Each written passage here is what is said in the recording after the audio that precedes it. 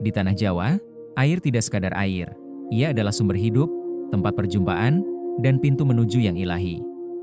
Tahukah Anda bahwa gereja Katolik di Jawa lahir bukan di altar megah, bukan pula di kota kolonial, melainkan di sebuah mata air sunyi, di lereng perbukitan menoreh? Disinilah, lebih dari 100 tahun lalu, iman Katolik berjumpa dengan jiwa budaya Jawa, dan sebuah rahim spiritual pun terbentuk. Inilah Sendang Sono, tempat Maria pertama kali menyapa Jawa.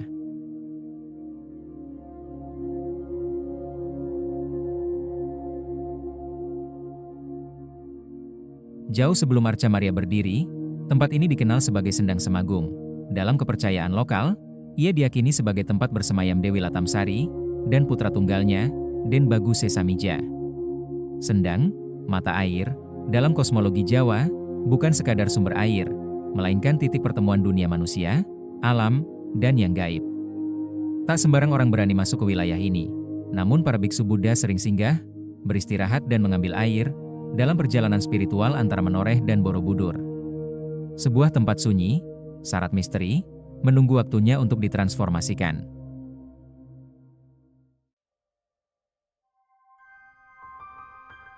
Awal sebuah perubahan besar, seringkali lahir dari penderitaan orang kecil. Itulah pula yang terjadi di Jawa. Awal abad ke-20, seorang putra Jawa bernama Sarikromo, menderita penyakit kulit yang tak kunjung sembuh, penyakit yang dalam budaya Jawa sering dimaknai sebagai beban lahir dan batin. Dalam keputusasaan, ia mengaku mendapat bisikan batin, lalu melakukan perjalanan spiritual dengan cara ngesot ke arah timur laut menuju Muntilan, untuk bertemu Romo Frans van Lith, SJ. Di sanalah, Sarikromo mengalami kesembuhan, bukan hanya tubuhnya, tetapi juga jiwanya. Pada 20 Mei 1904, ia dibaptis dengan nama Barnabas, dan dari pengalaman itu, lahirlah sebuah nazar radikal. Dengan kaki yang telah disembuhkan ini, aku akan mewartakan sabda Allah.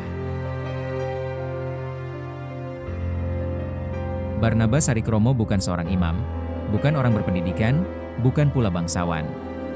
Ia hanya orang kecil, tapi yang menjadi saksi besar.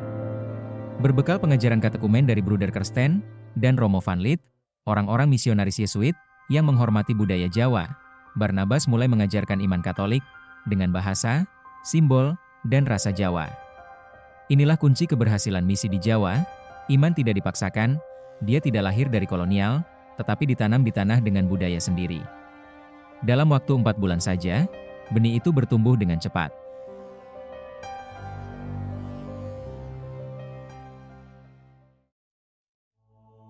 Puncaknya terjadi pada 14 Desember 1904, di mata air Sendang Semagung, Romo van Lith membaptis 171 orang Jawa, yang telah dikatekisasi oleh Barnabas Sarikromo.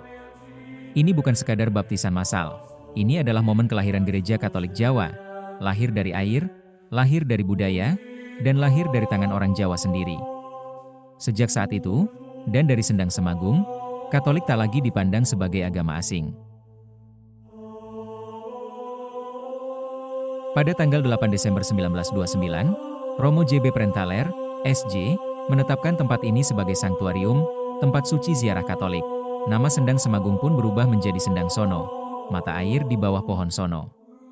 Sebuah simbol pengudusan alam, tempat mistis tidak dihancurkan, tetapi dimurnikan dan dibaptis menjadi rumah arca Bunda Maria. Dari tempat itu, Maria hadir bukan untuk menghapus budaya Jawa, melainkan menyempurnakan kerinduan spiritualnya. Terima kasih telah menonton hingga sejauh ini. Sebelum lanjut, klik like dan nyalakan notifikasi agar tidak ketinggalan konten baru. Subscribe bagi yang belum, share ke orang-orang terdekat dan berikan pendapatmu di kolom komentar. Semuanya gratis dan sangat membantu channel ini. Kalau sudah semuanya, mari kita lanjutkan.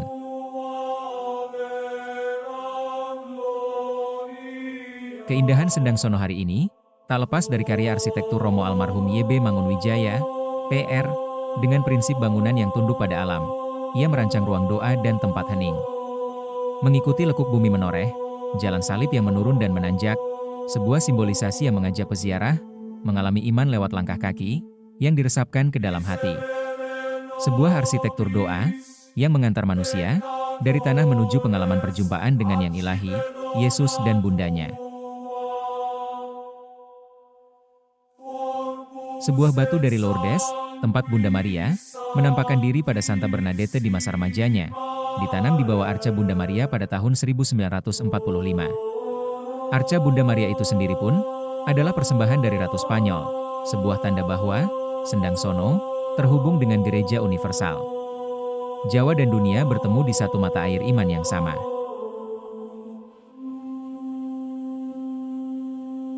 Hingga hari ini, Sendang Sono bukan hanya milik umat Katolik. Ia menjadi ruang hening bagi siapa saja yang mencari kedamaian, mata air yang tak pernah kering, seakan mengingatkan, rahmat Tuhan tidak pernah habis. Sendang Sono tak pernah sepi dari peziarah. Ada yang datang dengan banyak harapan, memohon perantaraan doa Maria. Namun banyak pula yang hanya ingin menepi sebentar dari rutinitas dan pikiran yang penuh. Di Sendang Sono, tidak ada yang terasa terburu-buru.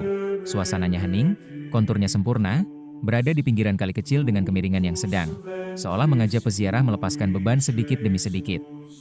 Stasi jalan salibnya sempurna, menurun, menanjak, berkelok, seolah ingin memberi gambaran tentang hidup, bahwa hidup tidak selamanya mulus. Ada suka, ada duka. Ada kelimpahan, ada kekurangan. Ada kesuksesan, ada kegagalan. Di Sendang Sono, tidak ada yang bercakap-cakap. Semuanya seolah sepakat, ini adalah area silensium magnum. Doa dan dialog dengan Bunda Maria cukup dilakukan dalam hati. Bila biasanya doa kita penuh kata-kata, di Sendang Sono, keheningan justru mendorong kita untuk lebih banyak mendengarkan. Di Sendang Sono ada keheningan, walaupun banyak yang bersimpuh depan arca Bunda Maria. Mungkin ada yang datang untuk ketenangan, atau demi sebuah permohonan, ataupun dengan 1000 perkara. Namun, duduk diam dan menunduk di depan arca, itu sudah cukup. Karena diam dan menyimpan segala perkara dalam hati, adalah keutamaan yang dicontohkan Bunda Maria sendiri. Seorang mahasiswa dari Indonesia Timur, yang sedang belajar di Yogyakarta mengatakan, bahwa ia sering datang ke Sendang Sono. Bukan mukjizat yang ia cari, tapi sebuah ketenangan dan kehangatan. Baginya, berada di Sendang Sono, serasa sedang berada di rumah bersama Mama, di timur Indonesia. Sendang Sono adalah rumah, Bunda Maria adalah tuan rumahnya. Itulah mengapa banyak yang mengatakan bahwa mereka pulang dari Sendang Sono dengan perasaan yang lebih damai, lebih tenang, lebih kuat, dan siap meneruskan hidup, meskipun dirasa hidupnya belum rapi.